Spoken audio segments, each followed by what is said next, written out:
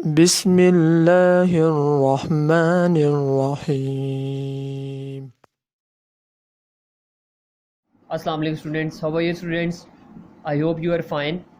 It's your physics lecture class 9 on the behalf of Leeds Grammar School. Inshallah you will be learn and enjoy this video. Class 9 from notes chapter number 6 exercise short question page number 132 define work what is SI units। सबसे पहले student जो हमारे पास question है वो है students work को define करें और उसके SI यूनिट बताएं। The product of force and displacement covered in the direction of force is called work. हम बात करें स्टूडेंट प्रोडक्ट किसकी, फोर्स की एंड डिस्प्लेसमेंट की, जितना बॉडी ने स्टूडेंट कवर किया है तो वो हमारे पास क्या कहलाएगा, वर्क। यानी W is equal to F multiply by S, this is known as work. हम इसके यूनिट की बात करें तो स्टूडेंट 1 जूल जो इक्वल होता है, फोर्स का यूनिट होता है न्यूटन, डिस्टेंस का यूनिट होता है metre. Unit of work student को डिफाइन करें तो स्टूडेंट हम कर सकते हैं कि work will be 1 joule. 1 joule कब बनेगा, if a force of 1 newton moves a body through a distance of 1 metre in the direction of force. Work will be 1 joule, यानी कि स्टूडेंट 1 जूल कब होगा, जब स्टूडेंट कोई फोर्स 1 न्यूटन मूव करेगी किसी बॉडी को। कितना करेगी students, through a distance of 1 metre. कितना करेगी, 1 मीटर तक in the direction of force, जिस तरफ हम डायरेक्शन अप्लाई कर रहे हैं। फर्स्ट करते स्टूडेंट यहाँ पे मेरे पास पेन है, हम स्टूडेंट मैं इसको मूव करवा रहा हूँ इस डायरेक्शन की तरफ, तो डेफिनेटली मैंने 1 जूल वर्क किया है। 6.3 क्वेश्चन में student when does a force do work. Student हम बात कर रहे हैं कि फोर्स यानी कि हम कैसे काम कर सकते हैं फोर्स से, तो एक्सप्लेन कर दें। तो स्टूडेंट एक्सप्लेन है कि when a force acting on a body, जब कभी भी स्टूडेंट्स फोर्स किसी बॉडी पे एक्ट करती है, displaces it through distance in the direction of force, it does work on a body।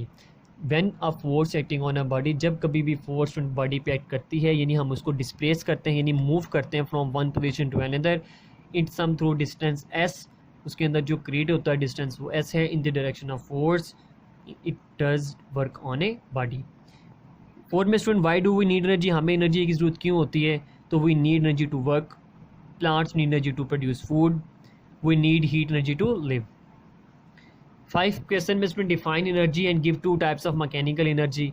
तो फर्स्ट ऑफ ऑल एनर्जी को एक्सप्लेन करें। Ability of a body to do work is called energy, its unit is joule. Types of mechanical energy यानी kinetic energy and potential energy, ये दोनों उसकी types हैं। Question number 6 में student long question है, define kinetic energy, derive its relation. Ability of body to do work due to its motion is called kinetic energy, ये हम student theory में explain कर चुके हैं। द लॉन्ग क्वेश्चन आप इसको यहाँ से भी लर्न कर सकते हैं कि let a body of mass m is moving velocity v and opposing force, एक फोर्स अपोज कर रही है किसी बॉडी के ऊपर acting through some distance s and bringing to rest, उससे रेस्ट में करने के लिए। तो इसके लिए हम जो इक्वेशन यूज़ करेंगे इसको सॉल्व करने के लिए, इसको फॉर्मेट ड्राइव करने के लिए, वो होगी थर्ड इक्वेशन ऑफ मोशन। तो 2as equal to v f squared minus v a squared. We हमारे पास स्टूडेंट v है यानी कोई वेलोसिटी है, और वी एफ कितनी होगी, बिकॉज रेस्ट में जा रही है तो डेफिनेटली वो ज़ीरो हो जाएगी। अपोजिंग फोर्स लग रही है तो उसके लिए माइनस एफ यूज़ होगा। उसके बाद जब हम तमाम वैल्यूज़ यानी एक्सप्रेशन की वैल्यू यहाँ पे पुट करेंगे तो हमारे पास जो आंसर होगा F S equal to half M V squared हमें यहाँ पे कैलकुलेट हो जाएगा। उसके बाद स्टूडेंट्स हम यहाँ पे बता सकते हैं कि जो एफ एस है यानी वर्क, जो हम बात कर रहे थे कि product of force and displacement है, उसको हम शो कर सकते हैं कि कोई ना कोई वर्क हो रहा है, तो वर्क में कोई एनर्जी हम यूज़ कर रहे हैं, तो उस एनर्जी को यहाँ पे हम नाम देंगे काइनेटिक एनर्जी का। क्वेश्चन नंबर 7 में स्टूडेंट लॉन्ग क्वेश्चन है, define potential energy and drive its relation. हम वही बात करें स्टूडेंट के पोटेंशियल एनर्जी को एक्सप्लेन करें और ड्राइव करें उसका रिलेशन। तो ये भी लॉन्ग क्वेश्चन हम पहले पढ़ चुके हैं student. The energy possessed by body due to its position is known as potential energy. तो let a body of mass m raised up through height h from the ground, the body will acquire potential energy equal to work done lifting to the height h।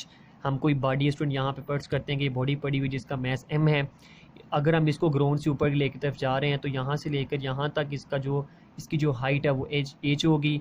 और definitely student जब हम इसको explain करेंगे हमारे answer में student, तो वहाँ पे पोटेंशियल एनर्जी किस पे होगी, f multiply by h। f को हम यहाँ पे एक्सप्लेन करें वेट, तो वेट इंटू h, तो here weight w is equal to mg। तो जब पुट करेंगे तो आंसर आ जाएगा potential is equal to mgh। 6.8 question में why fossil fuels are called non renewable form of energy. Student fossil fuels को हम non renewable form of energy क्यों कहते हैं। तो student first of all fossil fuel are known as non renewable sources.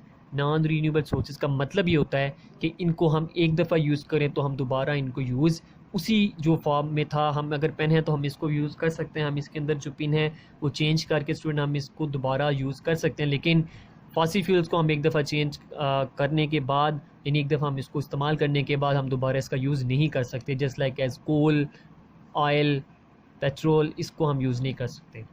We using fossil fuel as a very fast rate, their usage is increasing day by day to meet our energy needs. Crisis continue to use them at present rate. They will be soon exhausted. Once their supply exhausted, the world will face serious energy crisis. हम student in चीज़ों का fossil fuels का बड़ी तेज़ी से use कर रहे हैं, जिसकी वजह से आने वाले दिनों में स्टूडेंट्स हमें, यानी पूरी दुनिया को स्टूडेंट बहुत बड़ी मुश्किल का सामना करना पड़ सकता है। 6.9 क्वेश्चन में which form of energy is most preferred and why? तो light energy student is most important because we get it directly from the sun and it is clean energy. हम ये बात कर सकते हैं कि स्टूडेंट की जो लाइट एनर्जी है ये स्टूडेंट सबसे मोस्ट इंपॉर्टेंट प्रेफर एनर्जी है। 6.10 में how is energy converted from one form to another explain. हम स्टूडेंट एक एनर्जी को, यानी कि किसी भी एनर्जी को हम कैसे कन्वर्ट कर सकते हैं from one body to another. तो we have example when a ball is thrown initially, हम किसी बॉल को स्टूडेंट अपवर्ड थ्रो करते हैं तो उसके अंदर कौन सी मोशन होगी स्टूडेंट? सबसे पहले kinetic energy. While moving then it approach maximum height, जब वो स्टूडेंट एक मैक्सिमम हाइट तक चली जाएगी तो हम तब बात करेंगे स्टूडेंट्स के वो क्या होगा। व्हेन इट स्टॉप, वो जहाँ की रुकेगी, अबाउट इट्स रिटर्न बैक, और वापस आएगी, देन पोटेंशियल एनर्जी उसके अंदर इंक्रीज़ होना शुरू हो जाएगी, तो definitely it starts again and attains kinetic energy, तो दोबारा वो किस हालत में आ जाएगी? काइनेटिक एनर्जी में। तो स्टूडेंट ये बॉडी है जो कन्वर्ट हो रही है from one part to another part. 6.11 question में name the 5 devices that convert electrical energy इनको मैकेनिकल एनर्जी। हम स्टूडेंट ऐसे 5 डिवाइसेस के नेम बताएं जो इलेक्ट्रिकल एनर्जी को कन्वर्ट कर सकते हैं मैकेनिकल में। तो एग्जांपल्स है car, clock, heat engine, Troy and fan. 6.12 में स्टूडेंट ऐसी डिवाइसेस के हमें नाम बताने हैं जो मैकेनिकल एनर्जी को कन्वर्ट करते हैं इलेक्ट्रिकल में। तो वो क्या होगा? Turbine converts mechanical energy into electrical energy. 6.13 में student what is meant by efficiency system. Efficiency of a system को डिफाइन करें तो ratio of output to input of any machine is called efficiency. किसी भी आउटपुट को उसके input पे divide कर दें तो उसकी क्या निकल आएगी? फाइंड आउट हो जाएगी efficiency. How can you find efficiency of a system? कैसे फाइंड कर सकते हैं? तो फार्मूला स्टूडेंट अभी हम पढ़ चुके हैं कि we can find the efficiency of system with the help of input of system and output of system, as we know that efficiency is equal to output over input. 6.15 में student last question, second last, what is mean by the term power. Power को explain करें तो rate of doing work with respect to time is called power. Power को अगर हम इसकी unit को explain करें तो हम कर सकते हैं, we have student P is equal to, यानी वर्क ओवर टाइम। पावर का यूनिट होता है स्टूडेंट वाट, और वर्क का यूनिट होता है जूल, टाइम का यूनिट सेकेंड।